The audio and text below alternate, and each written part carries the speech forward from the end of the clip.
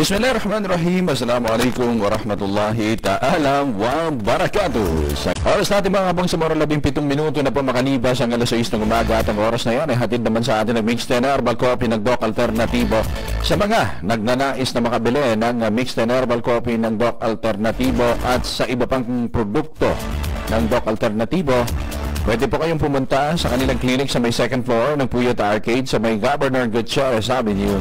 Dito lang yan sa lungsod ng Cotabato. Samantala, ready na ba si Tunay para sa kanyang ibabahaging balitang pang-edukasyon? Natin ang alamin na ang balitang pang-edukasyon ay babahagi sa atin ni Kabangsamorong Tunay, Cotabato City State Polytechnic College President. Iniikot ang mga proyekto sa loob ng CCSPC at kakibat niya ng update sa Cotabato City State Polytechnic College. Malamang tungkol sa bid nito bilang university. Ating alamin ang balitang pang-edukasyon mula kay Kabangsamorong 29 Hatabilon. Balitang pang-edukasyon. Alright, Kabangsamorong 29 Hatabilon, iboses mo na yan. Sukran at Kabangsamorong 14. Assalamualaikum warahmatullahi wabarakatuh. Mapya Mapita Bangsamoro. Inikot kahapon ng presidente ng Cotabato City State Polytechnic College, Professor Sema Dilna, ang mga proyekto sa loob ng CCSPC na kasalukuyang ginagawa. Kasama ni Professor Dilna sa pag-ikot ang tatlong vice-presidente ng CCSPC, sina Dr. Abunawas Pendaliday, Dr. Teng Alim, Dr. Zainuddin Kusin. Kasama din ang presidente ng CCSPC Alumni Association Ustad Saudi Abubakar. At hindi nakapanayam si Professor Dilna kahapon sa mga proyektong ipinapatupad sa nasabing kolehiyo. Narito ang presidente ng CCSPC, Professor Dilna. A'udzubillahi minasyaitanirrajim. Bismillahirrahmanirrahim. Assalamualaikum warahmatullahi ta'ala wabarakatuh. Magandang umaga po, Mapya Mapita, sa lahat ng mga tagapakinig at taga-subaybay ng programang Mapya Mapita Bangsamoro sa radio station 99.0 Voice FM Cotabato City. So magandang umaga. Assalamualaikum warahmatullahi wabarakatuh. Napakagandang question yon, Ustads Hatabilon.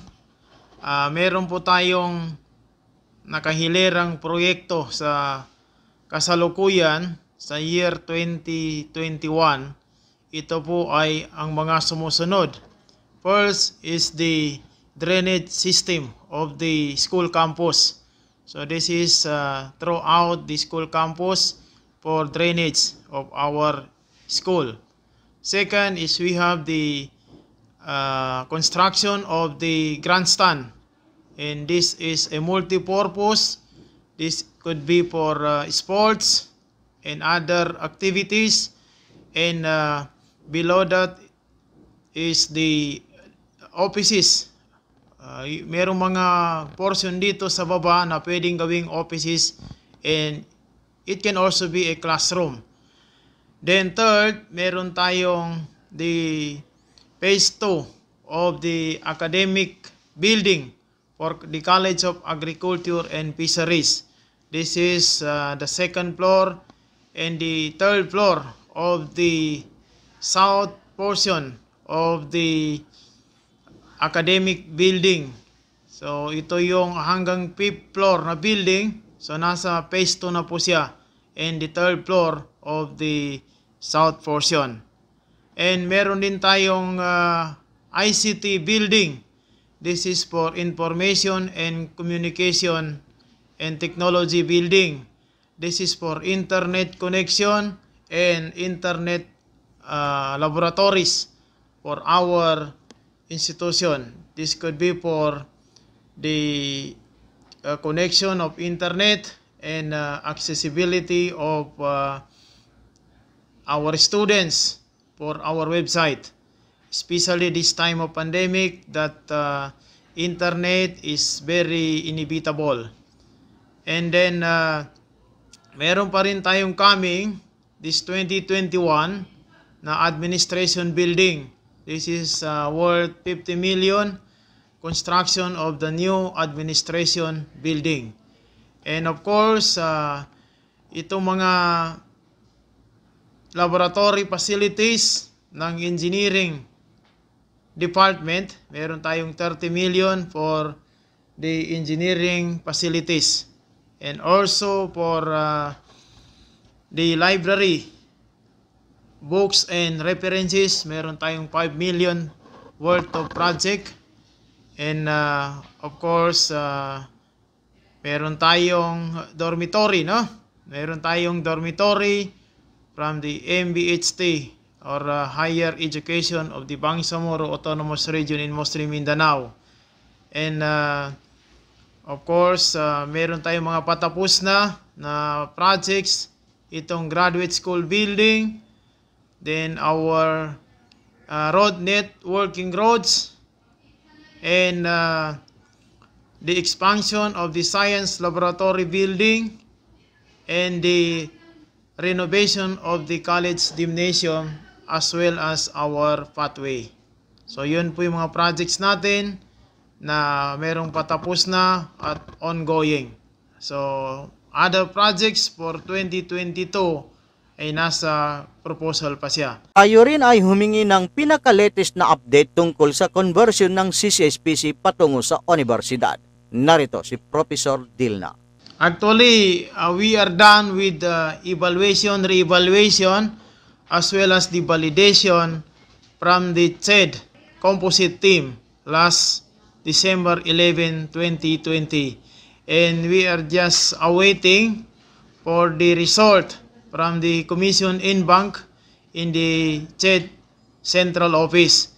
And in fact, we have also submitted the needed documents last December 28. Although the deadline I asked is January 30, 2021, but then we submitted it before the deadline so that we would know earlier if what will be the result. So inshallah, we are very optimistic, we are very confident that the name Cotabato State University will be soon realized, inshallah. With the prayers and support of all the stakeholders as well as the community leaders of our institution, we are very positive for the conversion of the college into a university. May mensahe din si Professor Dilna sa mga guro at mga mag-aaral sa panahon na tayo na sa krisis dulot ng pandemyang COVID-19. Sa ating pong mga estudyante at mga guro, tayo po ay kasalukuyang nasa flexible online classes, and until such time na wala pang guidelines from the CHED and IATF, including the local government of the city of Cotabato, we are not allowed to have face-to-face or residential classes in our institution. And we have to abide with these policies, and otherwise we are punishable by law kung hindi tayo sumusunod sa policies ng CHED, IATF, as well as the city government of Cotabato. So doon po tayo, kung ano yung kasalukuyang guidelines, yun po ang susundin natin, mga estudyante at mga guro ng ating eskwelahan. Maraming salamat and good morning once again. At yan ang aking report. Ako po si Kabangsaborong Voice 29 Hatabilon. Ito ang bagong boses ng Bangsamoro. Balitang ang edukasyon. Alright, maraming salamat Kabangsamorong Tunay na Hatabilon sa kanyang napaka-komprehensibong ulat tungkol dito sa pag-iikot ni Cotabato City State Polytechnic College President Professor Dilna at sa kanyang pagbibigay sa atin ng update kaugnay pa rin na mga ongoing projects na matatapos at yung mga sisimulan sa 2022 at pati na rin siyempre yung pinakahantay ng mga Cotabateños. Ito ho yung tungkol sa conversion ng Cotabato City State Polytechnic College papunta o para maging Cotabato State University na soon, inshallah ta'ala, ay hopefully maging maging realidad na. Alam naman natin na karamihan sa ating mga Kabangsamoro na nandito sa lungsod ng Cotabato at sa iba't ibang panig ng Central Mindanao ay nagnanais na makita, lalong-lalo na yung mga dyan nagtapos, no? Yung kanilang alma mater na maging university na sabay sa pagbabago ng panahon.